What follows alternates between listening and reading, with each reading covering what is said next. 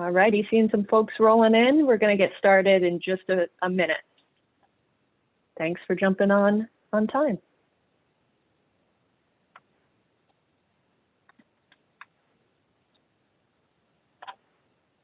Welcome, y'all. We're going to get started in just a minute. Going to give a couple more moments for folks to keep rolling in.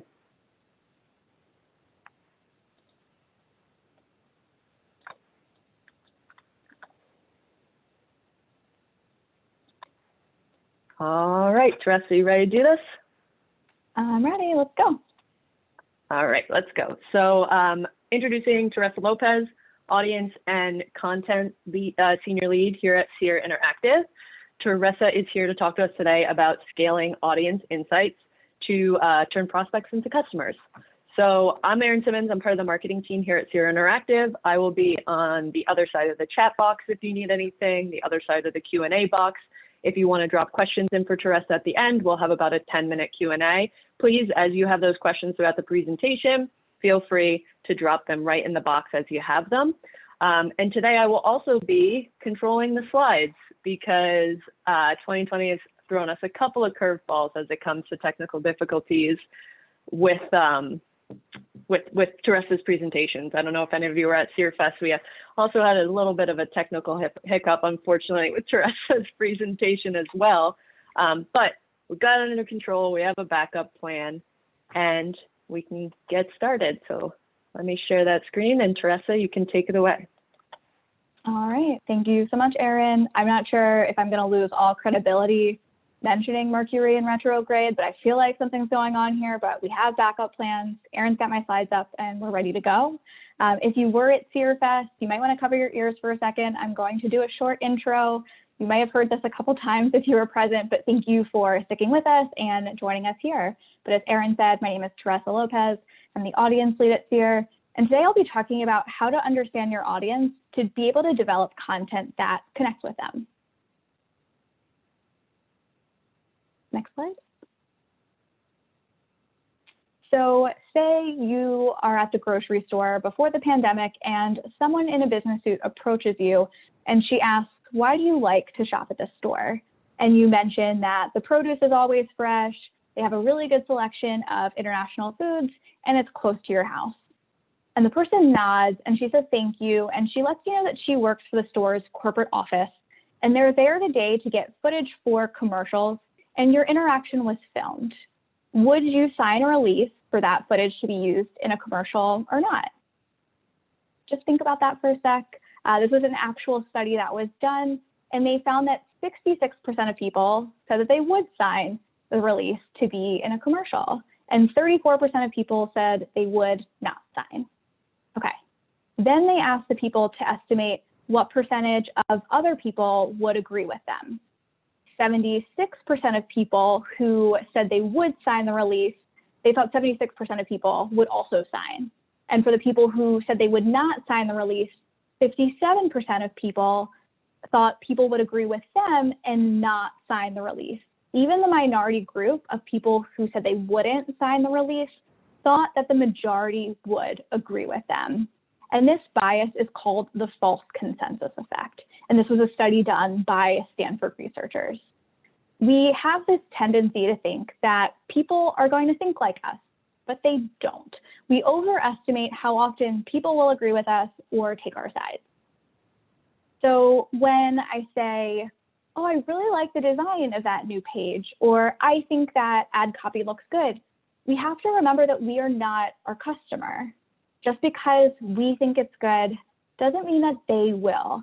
And that's why I hope you'll listen in today to be able to better understand people and to create content that resonates with them. And there are consequences if we don't take the time and if we make assumptions. It could look like this. This is a real recruiting email that Microsoft sent a few years ago. There it is. And the language is pretty cringy as you scan through it. You can see they and hella noms and dranks. And that last line, I will refuse to say because it can feel like this. the next gift that you'll see there is what it can look like and feel like if we base things off of stereotypes, because we think we know our audience and what they want. And I understand why people feel like they can't do research. It can feel really hard or maybe seem unnecessary. So we decide to take shortcuts. We make assumptions and we recycle the same sales anecdote year after year after year. But this is how we get products like this. Pens for her, quote unquote stylish, they're sort of glittery, they only write in pink or purple. It's exactly what women want, right? Okay, so hopefully we're not creating these weird gendered products, but maybe we're doing something like this. Maybe we are throwing up list upon list of features on our website and calling it a day because people can see what our software does. That's how we think people make decisions. But it's not. People are complex. We are illogical. I don't think any one of us goes to the store and only buys the cheapest product. Or do we have the tendency to buy the nicer toilet paper if family's coming to town? Or do we buy fancy candles if we want to have an Instagram photo shoot? We have a lot of motivations, and we are so much more complicated than stereotypes. And it's worth to get to know your audience so we can speak about what they actually care about. And why do we do this? Because it feels great to get it right. So let's listen to a user react to a calculator resource on a client site that we helped to build.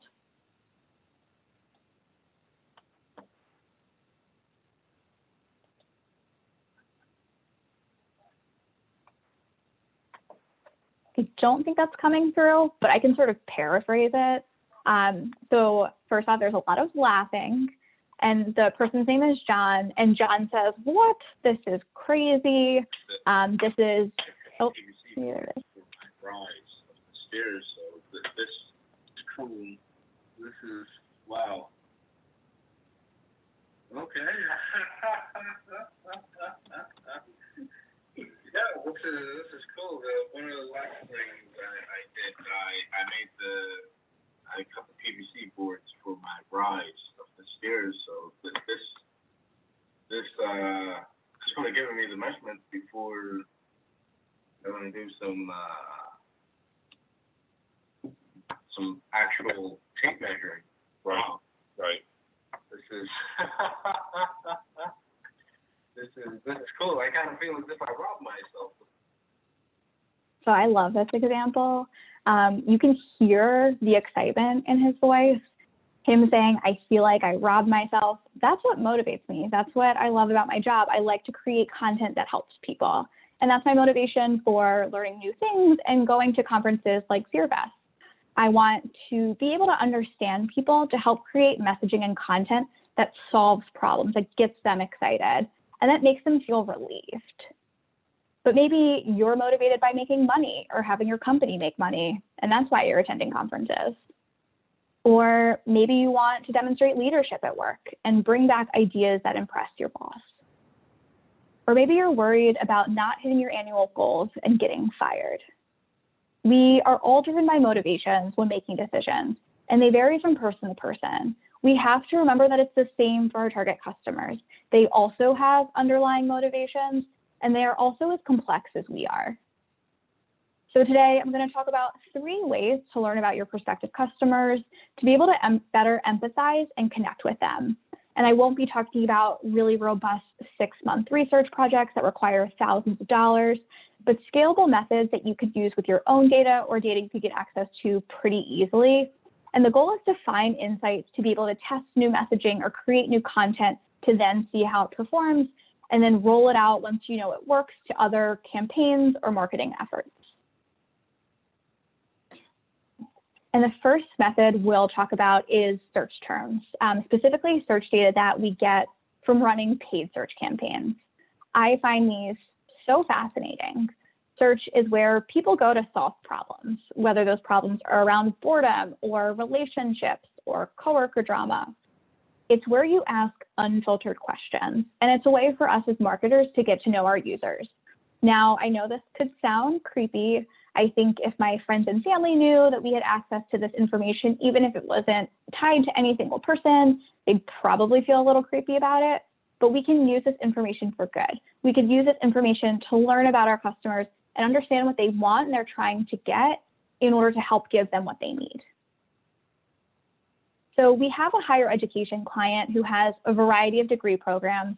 And as we were reviewing their search queries, specifically for their Master's of Library Science degree, we found something interesting in search queries related to aspiration.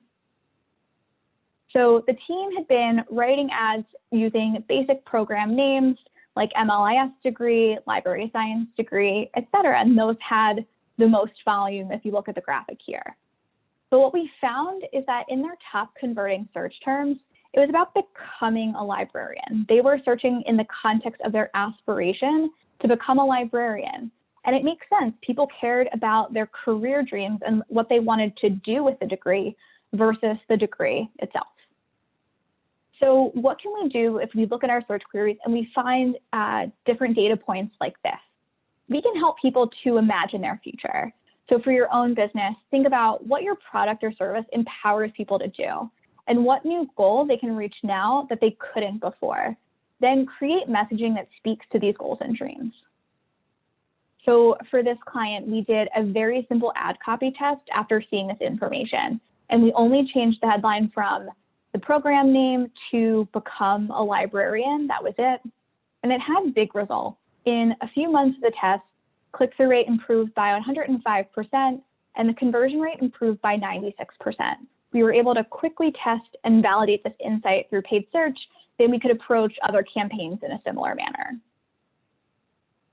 The next thing I'll talk about is belonging. So as we continue to review search queries, we found another trend. So within the search terms themselves, we found that users were looking for degrees in a certain subject matter, but then they would describe themselves as not being part of that traditional group. So you can see some of the examples here. Law degrees for non-lawyers, nursing degrees for non-nursing majors. They were looking to find programs to fit non-traditional paths like theirs. So what can we do if we start to see some of this? We can create a sense of community for these non-traditional audiences. We can develop content that speaks to different groups and unorthodox paths. For college, that might be reassuring non-nursing majors that they can transition into a world of nursing and answer questions about filling potential prerequisites. We'll also want to assure people that they aren't alone in this journey. So we can include stories about how other non-traditional students switched into the program and why it was worth it for them. And across any industry, we also have to be mindful that prospective customers want to understand things before they make decisions. So we understand that they conduct information to fill knowledge gaps and make the best decision they can. And within search queries, we can get a sense of what they're unsure about. Google is a way to get answers to questions you might feel too embarrassed to ask, or maybe you don't have the right experience with coworkers or people who have the expertise. People turn to Google to look for should I questions to get advice about what options they're weighing. And that's something you might be seeing in search queries. Or maybe people are asking if they need things by using do I in queries. Really, I overall is a really good letter to search for within search queries to see what people are unsure about. And they also turn to, and when they see search queries like this, we can work to increase the knowledge and confidence of decision makers. So we can support people by creating content that focuses on answering people's questions versus focusing on the brand. For example, how many of you have seen a comparison chart across their company and they suspiciously don't include categories that their particular brand doesn't do very well in? We should be building content that answers questions and builds trust with users and gives them what they need versus just be self-promoting. And another thing we can gather from search queries is context. It's not necessarily a motivation, but a really good insight, and one of the things that we often look in search queries to find because it's very indicative of what people are looking for. And they do this by using the word for. So they can tell you what type of businesses they have, or what type of housing they're in, like in this example, or how they describe themselves. These are opportunities for us to learn more and might indicate a need for a category page. And above all, when looking at search queries, we gain empathy. We can humanize our quote unquote users so we can do a better job of developing messaging and content for them. For example, for a client in the music education space, we were looking through their search queries and we found queries like 56-year-old guy, played guitar for a long time, how to get to the next level. Or learn to play Long Distance Lovers by Marvin Gaye on guitar, which feels especially poignant during the social distancing time, as well as how to teach children with Down syndrome guitar. Now, I'm not saying these search queries are representative of all users whatsoever, but we're able to have empathy for these people because we can better put ourselves in their shoes and create content and messaging with them in mind. In terms of getting this data, you can find this report in Google Ads reporting within predefined reports. I have a little screenshot there. We'll generally recommend pulling data for the past year, and within the data itself, take a look at top impression, top click, and top converting terms. It is important to know that Google recently made an update into this report. They're only going to include search terms that a quote significant number of users have searched, and that started in September. So the Seer team did an analysis and found that the change that Google had made was masking terms for 28% of paid budgets when looking at our data. So definitely look at more than a few months of data, and look now, we're only going to get more limited as time goes by. If you aren't running paid search, you could take a similar approach using Google Search Console queries or site searches, but obviously you'll have some limitations since you won't be able to connect to conversions. And within the data itself, there's some cues that you can be looking for. So ask yourself, what are customers trying to accomplish? You might see become, like I mentioned, improve, learn. A lot of verbs can help you understand what people are trying to ultimately accomplish. They might define themselves by using non or for. We didn't really talk about all these characteristics, but what I tend to see across clients are best, free, and online terms pretty prevalent. So see which of those matters most, or if there's another modifier that matters for your prospects. And if they're to find out what they're unsure about, you could also look for should, why. Then, like I said, I is a really good indicator to see what questions they're asking. All right. For the second research method, we can also look to search engine result pages or SERPs to see what meta descriptions are telling us. And then we can apply those insights to much more than just meta descriptions, but things like ad copy, insight content, etc., which I'll explain. So Evan Hall from Portland released a study in September that found that 68% of desktop meta descriptions on page 1 were being rewritten by Google, 68%. So to put that in context, let's say you work on a content team within your company, and over the course of 3 years, you've written 200 pages, and it's been a lot of research and a lot of work. But maybe a smug, know-it-all coworker starts at your company, and he just starts to rewrite the pages without telling you. If he changed 68% of the pages you worked on, it would be 136 pages being rewritten. For meta descriptions, Google is being this know-it-all coworker. But the difference is that Google probably has more data than this person to back up their changes. They have millions and millions of data points from user behavior that shape every search result. So we can take cues from meta descriptions to learn more about our audience. And yes, I'm sure Google is experimenting a lot and they're taking chances and they're not always getting it right by far. We've definitely seen it for some of our clients, but I trust that they get it right some of the time. So we should be paying attention and gathering some insights, especially in this instance. They're free and very easy to find.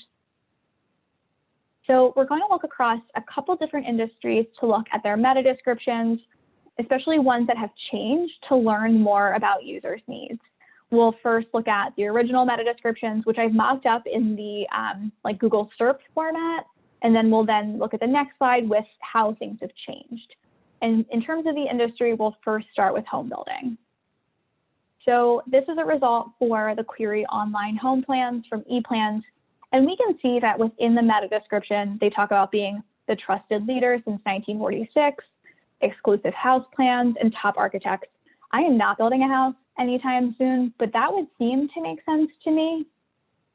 But if we look at the full SERP, the ePlan's meta description that we talked about is in position 1. And in red, we underlined some of the changes. So in this, Google had pulled in the ePlan's difference. So maybe they're an authority within the space. So Google thought that was important to highlight again, their brand name. It also pulled in information about their knowledge base having 60,000 plans, which if you skim the results below it, you can see that number of plans is included within those as well. So knowing this information, when I'm writing content for this client, I should be remembering that people care about the variety of plans that we have on our website. Everyone wants to feel unique. We can also see that people have different styles or care about the styles that are included within the SERP. So ranch homes and country homes, you may have observed that from the previous image, as well as context about affordability. And then next we'll talk about auto insurance. So here are 2 results for online auto insurance. Esurance is talking about fast, free quotes and finding the right coverage and bundling packages and saving money. State Farm is also describing fast, free quotes, automatic discounts, and savings. Okay, pretty self-explanatory. But then if we look at the full SERP, we can see where Google made changes. For Esurance, they took language from the page itself about getting, quote, insurance stuff done in a snap, as well as reassuring people that they'll be there if they need them. State Farm is really interesting. So they kept the language on discounts, but then they pulled in instructions for people to get their bill online. But my hypothesis here is that Google may have made a mistake. So the first sentence ends with see how before it includes instructions on how to view the bill online. I wonder if they were trying to include content that they thought listed out the information that was needed for a quote versus the online bill, and they were trying to give information to people on the SERP even sooner before they got to the page. That's my hypothesis. I can't prove it at all, but that's what stuck out to me in reviewing this. But if we think about the results altogether, we can understand that people want to know and gather quick quotes to be able to make competent decisions. As you can see, done in a snap and in minutes were things that were very common across the SERPs. And we also want people to understand what's needed to get a quote. So if I'm writing content for them and I want to talk about how fast it is, maybe I describe in how many minutes it takes to fill this out, or done in a snap and give some more color to how quick our quote process is. And then for our last example, we'll get into the world of finance, and this is my favorite example. So here we'll show more of the SERP for the query online checking account. And the original meta descriptions, if you just skim through, talk about fee-free accounts, no minimums, the convenience of ATM networks, etc. And then we can look at the live results in this next slide, and we can see that most of them say the same, except for NerdWallet, which we highlighted. This is pulling in the list of checking account brands that were on their page that they evaluated versus the generic language they had before. This is a really common occurrence we've been seeing for affiliates or queries that include best. Google is tending to pull in the company names that are being evaluated directly from the page into the meta description. And that's just something we've been seeing. So if you are an affiliate, you might want to keep that in mind. It's just an interesting occurrence. But if you skim the rest of the results, they all say the same, talking about lack of fees, opening accounts, and convenience of things like ATM networks. And you're probably thinking, yeah, that's not too interesting, that much has changed. Well, we also have data from June, and results back then were completely different for some brands. For NerdWallet, Google pulled in content for online checking accounts, talking about how they're just as safe as traditional accounts. And then in another result, you can see that Google pulled in content around banking securely and accounts being just as safe with FDIC insurance and fraud coverage. People back in June were more concerned about security. Why could that be? If you think back to June, we were earlier in the pandemic and people were still just getting used to disruptions like brick and mortar locations being closed. And this particularly affected sectors like banking. So people who had to continue banking transactions and utilizing the bank had to adapt. And one way to do that would be to open an online focused account. But maybe these people aren't as trustworthy of online banking. And maybe they had some reservations around this. I know my parents certainly do. And it seems like Google somehow gathered that insight and had data around this. They changed meta descriptions to be more focused on security to help reassure these newer online users. We have to remember that the world is always changing, especially this year, and so are motivations. Research isn't a one and done tactic, but something that we have to consider ongoing, especially as things are changing. So in terms of getting this data, it's really simple. You can just review the search results to compare meta descriptions. I would recommend doing this when you're launching new content or you're making content updates, or you could actually work with Seer and be one of our clients and get added to our data warehouse. We're pulling this information for clients' priority terms on a quarterly basis, so we have the ability to easily see and compare how things are changing over time. When reviewing meta descriptions, it's really simple. You just want to look to see what's changed and what are the differences. You can also take a look at the live meta descriptions and see what did those have in common. Again, this is really simple. This is not revolutionary. It doesn't take a lot of time, but you might find something else that you didn't know before, like that security example. And there are also things that you aren't able to find in passive data collection. So Beko, which is a Turkish manufacturer of appliances, decided to enter the Chinese market, in particular for dryers. So they conducted market research, including interviews. During those, they found that people weren't as receptive to dryers as they had been in other countries that they entered, because in some parts of China, they believe that clothing is part of someone's soul, and that they needed to expose clothing to sunlight to get the soul back after they had washed it. So they were used to drying clothes outside on clotheslines. So Beko got creative and developed a dryer that would dry clothes partially and still have some dampness, so users could then string it on the line as they were accustomed to, and that aligns with sort of their traditions and beliefs. Now, we probably aren't developing products, but I say this anecdote to indicate or underline the fact that some things we're not going to find through passive data. We have to gain deeper insights from things like interviews. So in terms of interviews and why they're important, you're able to dig deeper into the behavior of people and ask why, and ask for and understand their triggers for searching, what their solution needed to be, and what were pain points along the way. We can also recruit specific types of users to gain certain insights, like why recently converted customers did so, or why others closed their accounts. And then depending on the interview type, you can observe how they sound when they respond, or how their faces look to see what is particularly frustrating or what is enjoyable to them.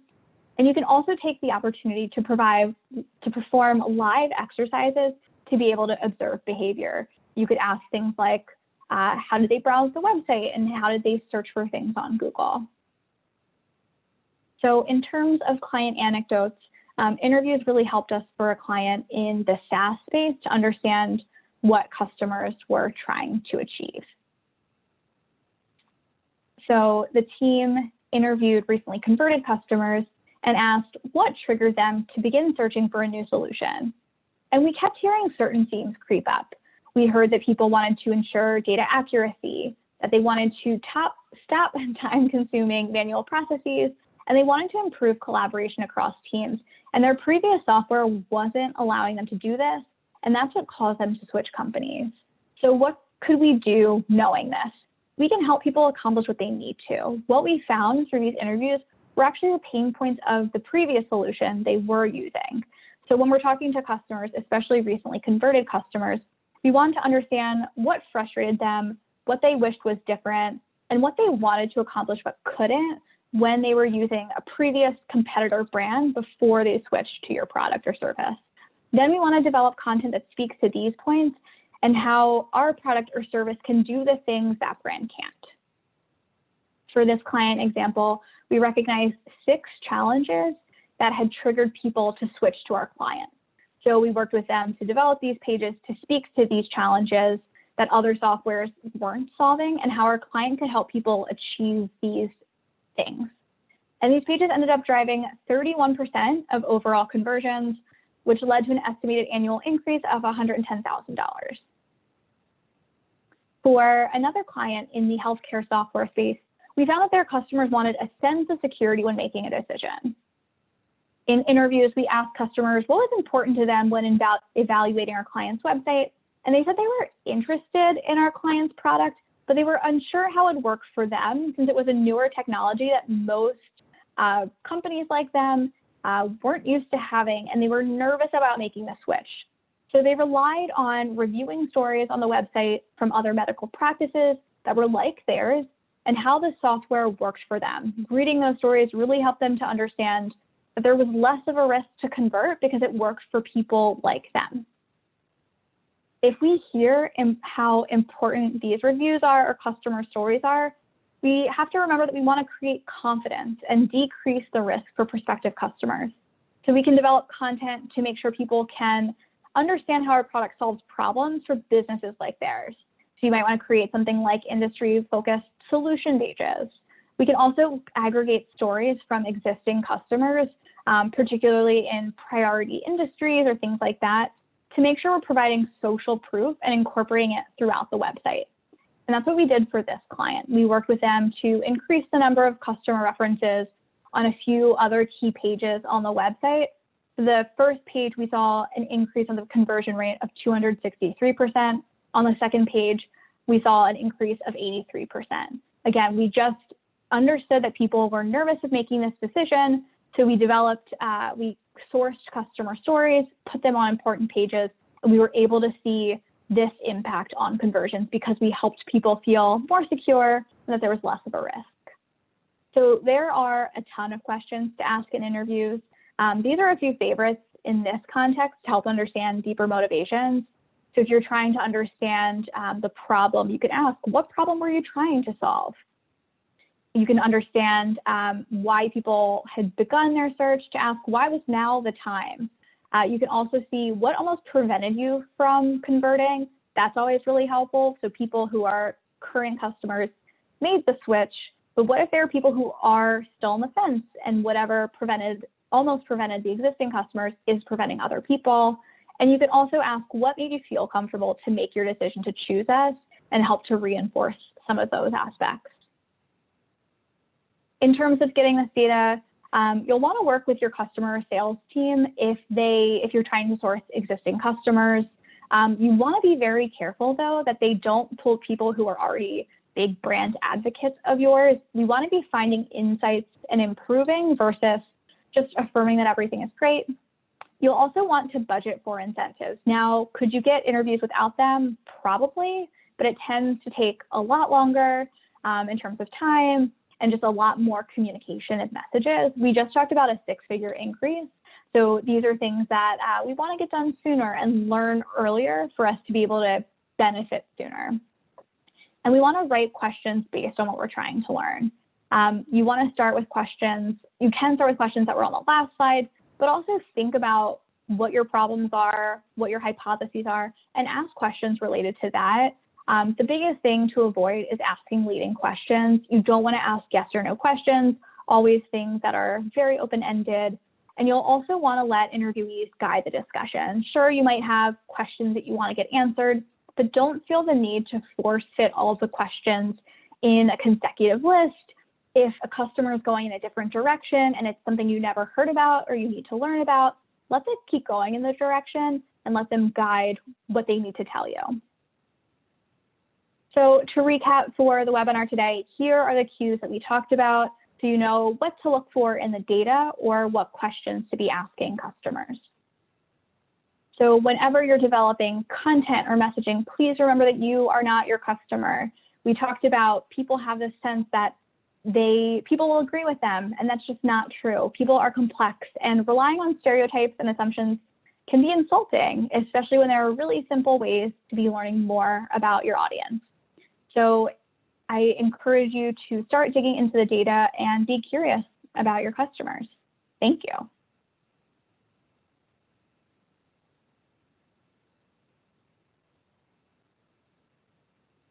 Oh, Erin, I think you can't hear. Oh, there you are. There I am. Thank you so much, and I hope I didn't throw you off too much with the slide share, but that was great. Let's dive into a little bit of Q&A. So everybody on the line, if you have any questions for Teresa, please drop them in that Q&A box that is at the bottom of your screen. kicking off with a couple here. On the 20% of Google search term data loss, Teresa, do you know if retroactively that data will still be available, like historically? I am 90% sure it is still available historically. I think it was a change in September that affects things moving forward. Unfortunately, I don't have a 100% answer, but I'm fairly certain it's only moving forward that they're masking. Gotcha. So super important, like you said, to go back and do that analysis. And then through a lot of the presentation, you showed different words that kind of indicate different motivations. Do you have like a cheat sheet place that attendees can go where it's just like, this word means you got to start digging into these things, et cetera? So not yet. I think that's a great idea. It can be so individualistic based on the client and different industries. But that's certainly something that I can have on my radar to put together for the website. I think like prepositions are always really good. And if you start to scan through your search queries, you'll see what makes sense for your client. For some things we've seen improve, for some clients we've seen grow, increase. As you sort of go through, you'll also get a sense of what are the major themes. Another easy thing to do is you could sort of take that data you have, pop it into a word cloud generator, and just take a look. There's a lot of ways to do this with Power BI, and that's how we run the analysis. Unfortunately, we don't have very detailed instructions on how to do that on the website yet, but definitely take a look at doing something like a word cloud, or if you're more familiar with Power BI, definitely look into engramming to be able to understand what themes are coming up within the queries. Awesome, and we can definitely include, I'm just taking a note on that, the ngram instructions. I believe we have a YouTube video on that as well, and how to grab your search queries. Awesome, and I really liked how you talked about, I can't remember exactly what you said, but basically like people tell Google their secrets, right? And I think that it's interesting to approach it from this audience research perspective, because it makes something like, and I know I've told you this story before, you were like, hey, I want to do a webinar on finance. And like me never working in finance and knowing how frustrated my own finances can be to like deal with, I was like, in the back of my head, I had this little like, oh, okay. And then you started talking about it, right? And it's like people are asking their most pressing questions that they're afraid to ask anyone else. So like really, I don't know, I just think it's interesting that as SEOs, we're like, we want to show up, but really like you're here to like answer someone's life problem often when you work in industries like finance. So not really a question, but just kind of a comment on how this whole audience research angle that you come at for SEO has completely changed the way that I think about the SERPs, and I think about how we can leverage this data to help people. So thank you. Yeah, I think as a comment on that, it's so like before I really started to dive into this, I had sort of started and ended with keyword research when I'm thinking about words. And I think what's been most fascinating to me coming from an SEO background and sort of applying some more audience research principles into digital marketing is seeing how different search queries can be from keyword research. And that's what's been most fascinating, is that we are seeing, you know, broad terms of keyword research. Sure, that's definitely in there, but seeing some of those like crazy long tail terms really helps to, like I said, gain more empathy and also see what people are caring about and are worried about. I just find them fascinating. If I could live in search query reports and just look for interesting things, I definitely would. For like a security company, people are saying 4 different apartments or 4 the elderly. So you just imagine me thinking about my parents as they get older and wanting to make sure they have a secure place to live. It just grounds you in a customer versus thinking about, I just got to write ad copy. It's remembering the person on the other side. Yep, totally. Like going from, I just got to write ad copy and I have to get these keywords in here because they showed up in my keyword planner tool, to like, oh no, this has to solve someone's problem. So I think that is a great note to end on. We don't have too much in the anything left in the Q&A, But thank you, Teresa, for being here and sharing your knowledge with us.